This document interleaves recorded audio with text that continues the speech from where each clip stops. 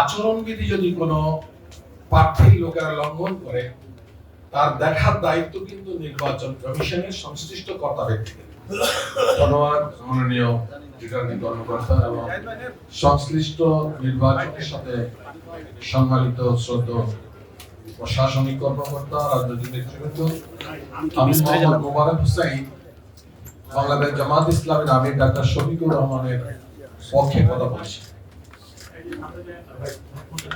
আমি দু একটা বিষয় একটু আপনাদের কাছে জানতে চাই। তার আগে একটা বিষয় আমি পরিষ্কার করতে চাই। সম্মানিত প্রার্থী যিনি অভিযোগ পেশ করলেন, আমার কাছে আমার প্রশ্ন হলো যে আচরণবিধি যদি কোনো প্রার্থীর লোকেরা লঙ্ঘন করে, তার দেখার দায়িত্ব কিন্তু নির্বাচন কমিশনের সংশ্লিষ্ট কর্তা ব্যক্তিদের।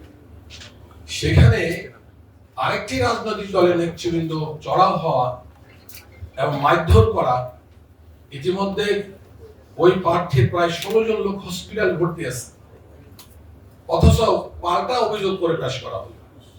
এই জায়গায় আমি আর কোন বক্তব্য রাখবো না। শুধু আইন শৃঙ্খলা পরিস্থিতি আপনারা যারা নিয়ন্ত্রণে আছেন, আমার একেবারে হামলি রিকোয়েস্ট যে এই জায়গায় আপনারা আপনাদের সর্বোচ্চ রাখার চেষ্টা করবেন। জাতি একটি ভালো নির্বাচনের অপেক্ষা আছে, এটা ক্রেডিবল ইলেকশনের অপেক্ষা আছে, একটা ইনক্লুসিভ ইলেকশনের অপেক্ষা আছে।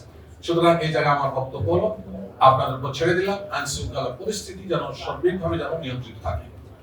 দ্বিতীয় বক্তব্য হলো যে আপনারা যে আচরণ দিয়েছেন, এটা আমরা স্টাডি করেছি, এর আগেও আমরা এটা দেখেছি। আমার কাছে মনে হলো যে এটা হাত পা বেঁধে সাত পাইতে দেওয়ার মতো অবস্থা। only 18 days, মাত্র 18 দিনের মাথায় একজন প্রার্থী কিভাবে 5-6-4 লাখ লোকের কাছে পৌঁছতে পারবে, এবং তার কোনো প্রক্রিয়া কিন্তু আপনারা ভালো রাখেন নাই। এই জন্য আমি একটু জানতে চাই আচরণবিধিতে যা লেখা আছে এই পক্ষে কোনো কথা বলা যাবে কিনা, যে আচরণবিধি আপনাদের পক্ষে কি কিছু চেঞ্জ করা সম্ভব কিনা। যেমন লক্ষ লক্ষ লোকের একটা সমাবেশ হবে, হইতেই পারে, সেই সমাবেশের মাত্র 3টা বাইক ইউজ করতে দিয়েছেন, হাউ কাম? তো আমি মনে করি যে এই বিষয়গুলো যদি আপনাদের পক্ষে চেঞ্জ করা সম্ভব, তো টেক দ্য পারমিশন নির্বাচন ইলেকশন কমিশন, তাহলে কেবলমাত্র আমরা আচরণবিধি সম্পর্কে কিছু কথা বলতে পারি। আদারওয়াইজ আপনারা যা বলেছেন আমরা এটা মেনে নিতে বাধ্য। ধন্যবাদ সবাইকে।